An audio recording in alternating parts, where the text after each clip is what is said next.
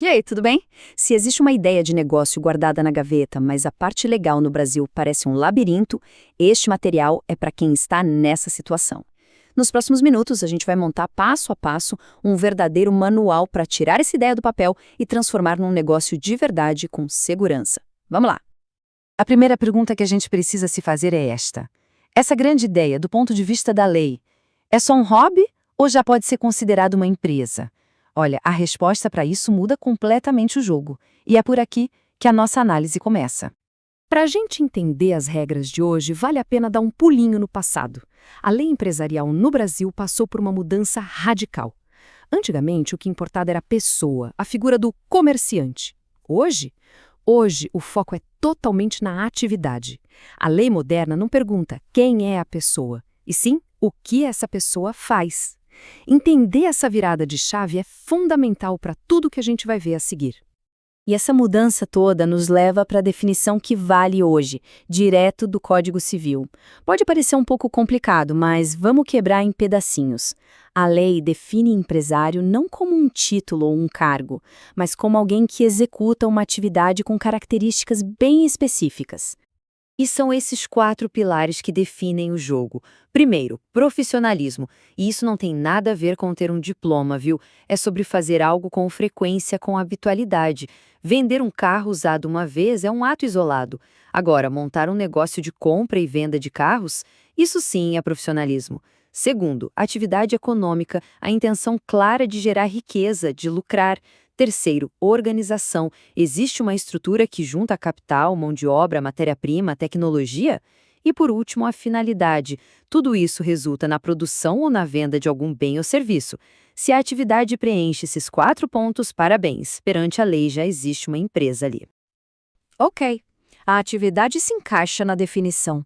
E agora, qual o próximo passo? Tornar tudo isso oficial. É nesse momento que a ideia sai do campo dos sonhos e ganha uma identidade no mundo real, perante a lei.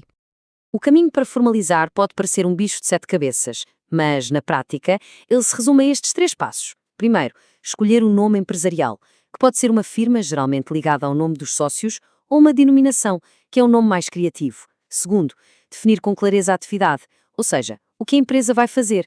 E terceiro, o grande passo, fazer o registro oficial na Junta Comercial do Estado. E aqui vem um ponto super importante que não dá para ignorar de jeito nenhum. Registrar uma empresa não é uma escolha. Pela nossa lei, é uma obrigação. Operar sem registro, na informalidade, coloca o negócio e principalmente seus donos numa situação de risco enorme. E esse risco todo tem nome e sobrenome, responsabilidade ilimitada e solidária.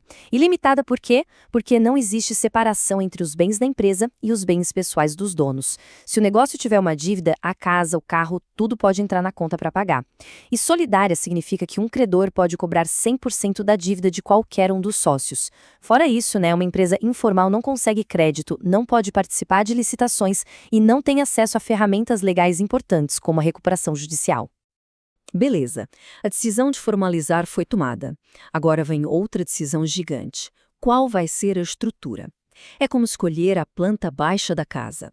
Essa escolha vai definir como a empresa funciona, as regras do jogo entre os sócios e as chances de crescer no futuro. E para quem já andou pesquisando sobre o assunto, uma notícia quentinha e muito importante. A Ireli, aquele modelo de empresa de um dono só que exigia um capital social bem alto, pode esquecer, ela foi extinta, não existe mais. E no lugar dela, veio uma solução que, mudou o jogo para muita gente. A SLU, a Sociedade Limitada Unipessoal. Isso foi uma evolução fantástica na lei. A SLU resolveu aquele dilema clássico do empreendedor solo. Como eu posso abrir uma empresa sozinho e proteger meus bens pessoais sem precisar ter uma fortuna para começar? A SLU é a resposta. E dá uma olhada nessa comparação lado a lado com a tradicional sociedade limitada. Em termos de proteção, percebe? São praticamente idênticas. Nas duas, a responsabilidade é limitada, não tem exigência de capital mínimo e, o mais importante, garantem a separação do patrimônio. A única e grande diferença está aqui, no número de sócios. A SLU é basicamente uma LTDA para quem quer voar solo. E tudo isso nos leva ao que talvez seja o maior benefício de todos, o verdadeiro prémio por fazer tudo direitinho, a criação de um escudo para proteger o património pessoal. Esse é o princípio fundamental, a ideia mais poderosa do direito empresarial. A lei cria uma nova pessoa, a pessoa jurídica, que é totalmente separada de quem a criou. Ela tem seu próprio nome, seu próprio CNPJ e, o mais crucial, seu próprio património. Traduzindo isso por dia a dia, as dívidas são da empresa e são pagas com os bens da empresa. Ponto. O património pessoal de quem empreende, em regra, fica a salvo. Esse é o escudo em ação. Mas sempre tem um mais, né? Como em quase toda regra, existem exceções.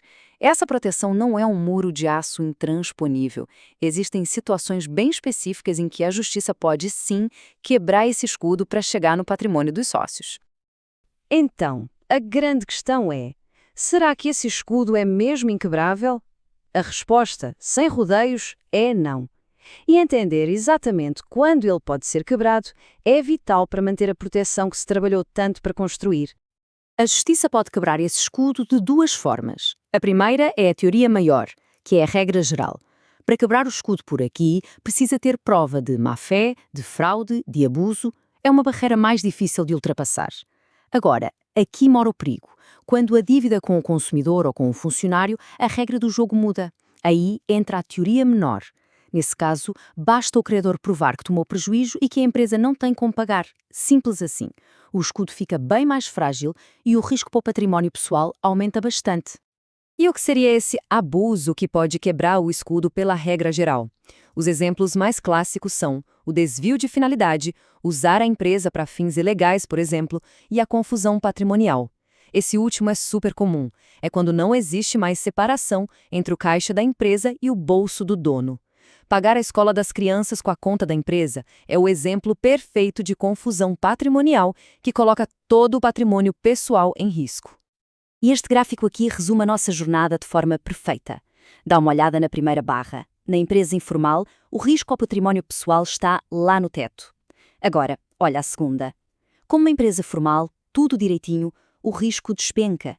É a proteção funcionando. Mas, atenção total à terceira barra. Se começar a ter abuso, a misturar as contas, o risco volta lá para cima. A proteção que a lei oferece não é um cheque em branco. Ela depende do bom uso. E no fim das contas, a gente chega a esta reflexão. Depois de tudo o que vimos, a pergunta é inevitável. O negócio está sendo construído sobre a base sólida da lei ou sobre a areia movediça da informalidade e da má gestão? A escolha de como construir e, claro, as consequências dessa escolha está nas mãos de cada empreendedor.